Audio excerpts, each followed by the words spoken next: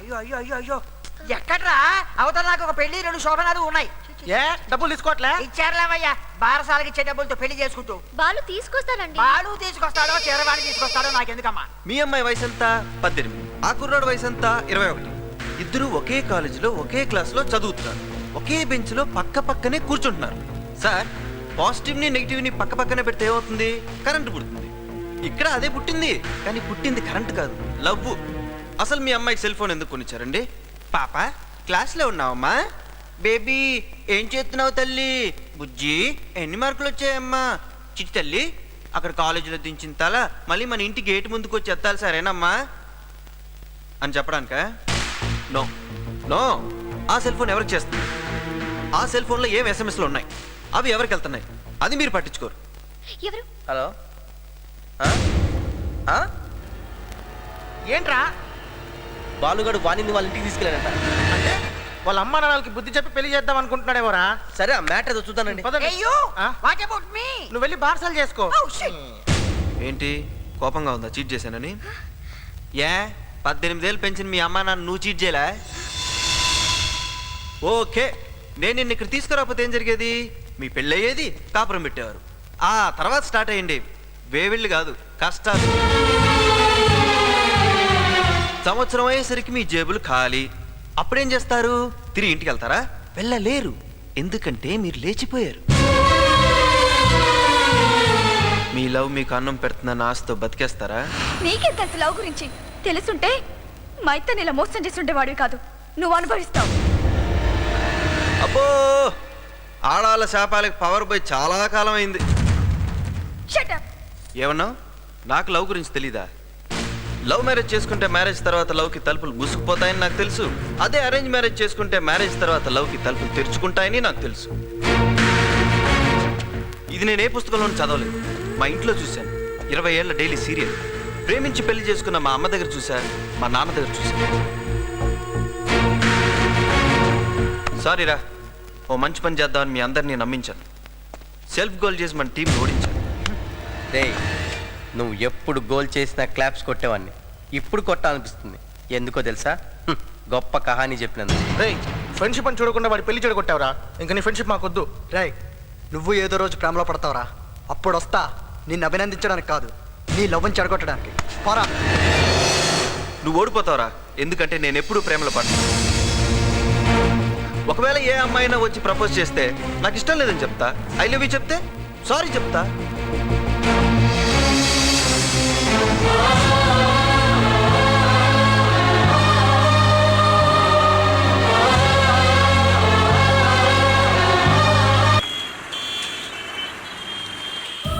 Love marriage చేసుకుంటే marriage తర్వాత లవ్కి తలుపులు మూసుకుపోతాయని నాకు తెలుసు. అదే అరేంజ్ మ్యారేజ్ చేసుకుంటే మ్యారేజ్ తర్వాత లవ్కి తలుపులు తెరుచుకుంటాయని నాకు తెలుసు. పెళ్లికి ముందు ప్రేమ నాకు నమ్మకం లేదు. నమ్మకం లేని చోట ప్రేమ నిలబడదు. మన దగ్గర ఫ్రెండ్షిప్ కి తప్ప ప్రేమకి ప్లేస్మెంటే లేదు. నేను ఒక అబ్బాయిని ప్రేమించాను, వాడేమో ఒట్టి శుద్ధ మొద్దు. నేను ఎంత ట్రై చేసినా రెస్పాన్స్ లేదు. నేనేం చేయాలో కొంచెం చెప్తారా? నువ్వు ప్రేమించింది బర్త్డేనైతే పర్లేదమ్మా, గోడకు కొడితే తిరిగి వస్తుంది. కానీ నువ్వు గోడని ప్రేమించావు, no use. Go for better choice.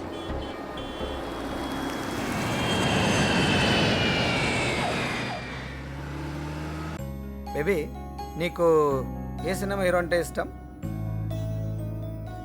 వెనకటి రోజుల్లో రాజుల్లో వాళ్ళ డాక్టర్స్ని ఏ దేశపు యువరాజ్ కావాలని అడిగేవాళ్ళంట. ఈ రోజుల్లో రాజుల్లో లేకపోయినా అపోజిషన్ అనుభవించిన అలాంటి వాళ్ళు ఉన్నారు కదా, అందుకే అడుగుతున్నా. చెప్పో, నీకు ఎలాంటి వాడు కావాలో? నీకు ఏ హీరో నచ్చకపోయినా పర్వాలేదు, నాకు మాత్రం ఈ హీరో నచ్చాడు. ఎలా ఉన్నాడో చెప్పో. ఈ అబ్బాయి వాళ్ళ నాన్న పెద్ద బిలినియర్. యూకేలో, ఫ్రాన్స్లో ఎస్టేట్స్ ఉన్నాయి. ఎలా ఉన్నాడో చెప్పు బేబీ. చూస్తున్నావా? చెప్పు. ఈ సంబంధం నాకు బాగా నచ్చింది. ఆ కుర్రాడికి నువ్వు నచ్చావు. నీ ఫోటో చూసి కలవరిస్తున్నాడు. నువ్వు నా కూతురిగా పుట్టడం నా అదృష్టం. మన సంబంధం కోసం వాళ్ళే నా దగ్గరికి వచ్చారు. ఈ పెళ్లి జరిగితే నువ్వే కాదు, ఈ డాడీ కూడా హ్యాపీగా ఉంటాడు. ఏమంటావు బేబీ? మీ ఇష్టం డాడీ.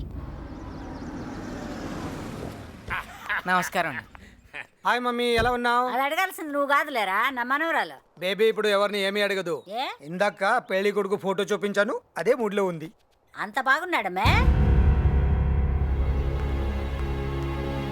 అదేమిటి జవాబు చెప్పకుండా వెళ్ళిపోతుంది. అదే కదా నాకు అర్థం కాలే. ఇష్టం లేని కూరతో ఒక పూట భోంచేయొచ్చు గాని ఇష్టం లేని వాడితో జీవితాంతం కాపురం చేయలేం. నాకు చెప్పమ్మా, ఎవరా కుర్రాడు? తెలుసుకున్నా నువ్వేం చేయలేవు నాన్నమ్మ. ఏమ్మా, ఆ అబ్బాయికి నువ్వంటే ఇష్టం లేదా? ప్రేమంటేనే ఇష్టం లేదు. అందుకే డాడీనైనా సంతోషపెడతామని ఈ పెళ్లికి ఒప్పుకున్నాను. కాలేజ్ నుంచి డిగ్రీతో వస్తావా అని ఫ్రెండ్స్ అడిగితే నన్ను ప్రేమించిన వాడితో వస్తానన్నాను. ఇలా ఓడిపోయి వస్తాననుకోలేదు నాన్నమ్మ. ఊరుకోమ్మా, ఏడవద్దు. అల్లుడి గారికి కూడా వచ్చింటే బాగుండేది. రావాలనుకున్నాడు బావగారు, కానీ వాడు కూడా మీలాగే బిజీ. పెళ్ళికైనా వస్తాడా? ఆ అమ్మాయి మొహం అంత డల్గా ఉంది. మా అబ్బాయి రాలేదనా? వచ్చిన అట్నే ఉండేదిలేమ్మా. అమ్మా మా ఆవిడ మాట తీరే అంతలే అమ్మా. అయ్యా మీరు భలు తాంబూలాలు మార్చుకోండి. తీసుకోండి మావయ్య గారు.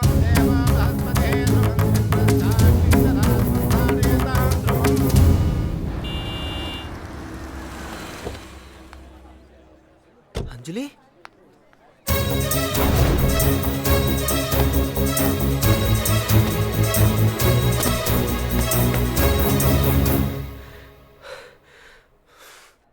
I love you, I love you, I love you.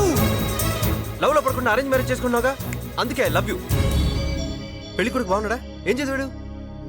అన్నీ పర్ఫెక్ట్ ఉంటాయిలే, పెద్దవాళ్ళు చూసిన సంబంధం కదా. హలో, నమస్కారం నమస్కారం. ఇప్పుడే ఫైల్ చేశానండి. ఏమండి, భూమి మనది, న్యాయం మన వైపు ఉంది, ధర్మం మన వైపు ఉంది. ఎవడేం చేసుకుంటాడో చేసుకునివ్వండి. 100, 6 అయినా 6, 100 అయినా ఈ కేసు గెలిచి తీరుతున్నాం. అరే ఫ్యాక్షనిస్ట్ అయితే ఏంటండి, రౌడీ అయితే ఏంటండి, ఇలాంటి వాళ్ళకు భయపడుతూ కూర్చుంటే న్యాయం గెలవదండి, ధర్మం గెలవదు. అరే నేను వీటన్నిటికీ భయపడను కాబట్టి కింది స్థాయి నుంచి హైకోర్టు దాకా లాయర్గా ఎదిగానండి. ఏమండి, మీకు మళ్ళీ ఫోన్ చేస్తాను, ఒక్క నిమిషం. ఎవరండి మీరు? సార్, ఏవి న్యాయం ఏవి ధర్మం మీ కాళ్ళకి నమస్కారం సార్. మీ కేసు ఏదైనా ఉంటే చెప్పండి, నేను వాదించి పెడతాను.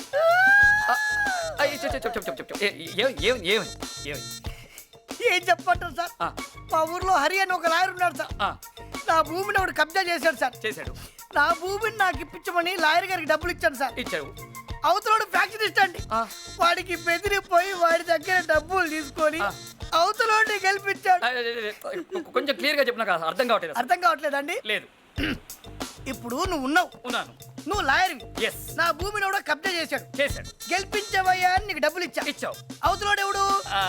ఫ్యాక్షనిస్ట్. వాడి దగ్గర ఏం చేశావు? డబ్బులు తీసుకున్నా. నన్ను గెలిపించాల్సింది అవతలోడి దగ్గర డబ్బులు తీసుకున్నావు. ఎవరిని గెలిపించావు? ఫ్యాక్షనిస్ట్ గెలిపించాను. ఇట్లయితే ధర్మం 4 కాళ్ళ మీద నిలబడతా? 4 కాళ్ళు ఏంటి, ఒక్క కాళ్ళ మీద కూడా నిలబడదు. సిగ్గు శరం లేదురా నీకు? కడుపు లేదు. ఆ మాట సిగ్గు లేదు. నిజం. నీ బతుకు చెడా. ఇట్లా ఎంతమందిని మోసం చేస్తావరా? వాడు. నా సొమ్ముదిని అవతలోడిని గెలిపిస్తావరా? నువ్వు నాశనం అయిపోను.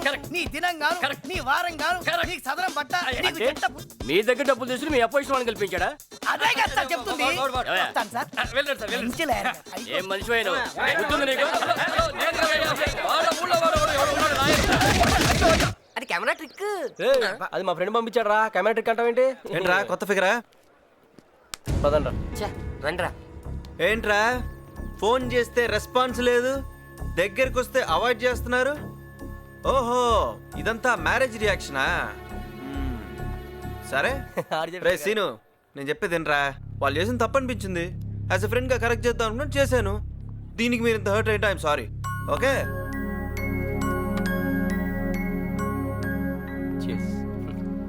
షర్ట్ బాగుంది. ఎక్కడ కొన్నారా?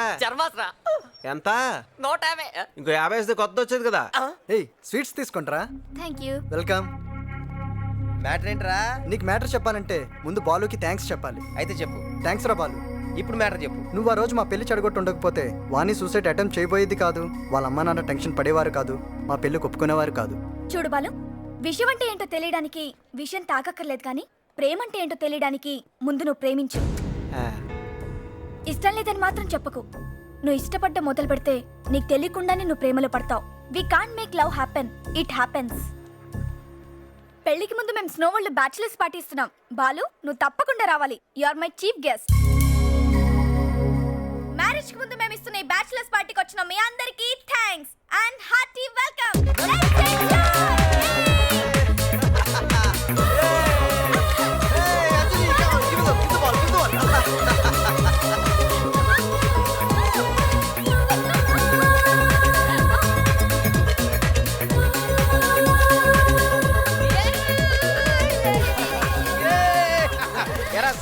ఆర్టిఫిషియల్ అయినా రియల్ గా ఏమైనా ఉందా? ఫుల్గా ఉంది మామా.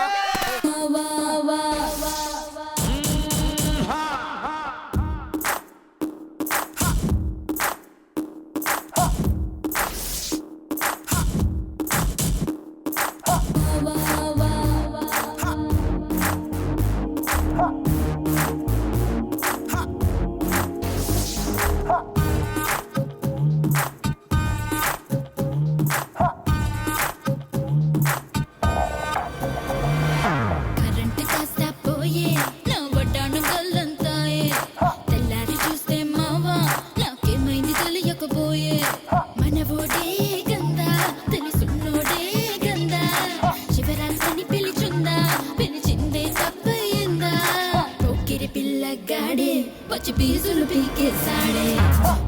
పీకేసాడే నా సొమ్ములు కాజేసాడే పోకిరి పిల్లగాడే పచ్చి పీసులు పీకేసాడే నా సొమ్ములు కాజేసాడే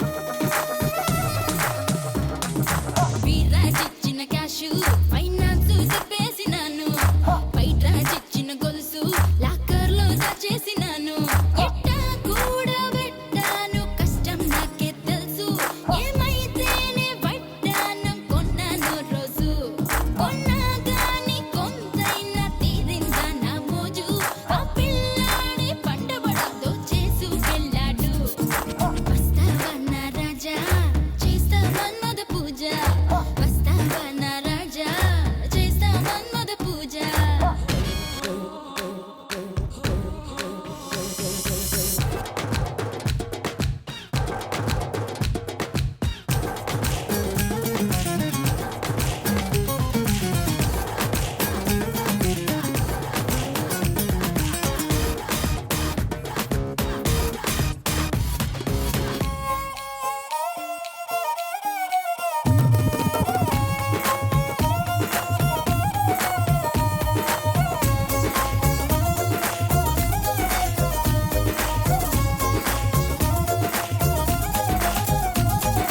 నడుమే లేదన్నారు నగలెందుకు నీకన్నారు నప్పదులే మన్నోళ్ళే తల తిప్పక చూసేశారు ఊరు వాడ నా ఊసు విన్నారో ఏమో లైనే కట్టి నా సోకు ఎగబడి చూసారే చుట్టూ పక్క ఉన్నోళ్ళ తిష్టే తగిలిందేమో చూస్తా నా సరుకు సంతకు పోయిందే వస్తావా నా రాజా చేస్తా మన్మథ పూజ వస్తావా నా రాజా చేస్తా మన్మథ పూజ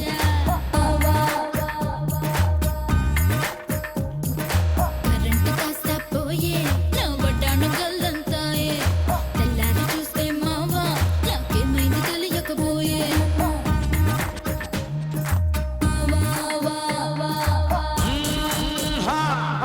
ఏంటి అంత డల్గా ఉన్నావు?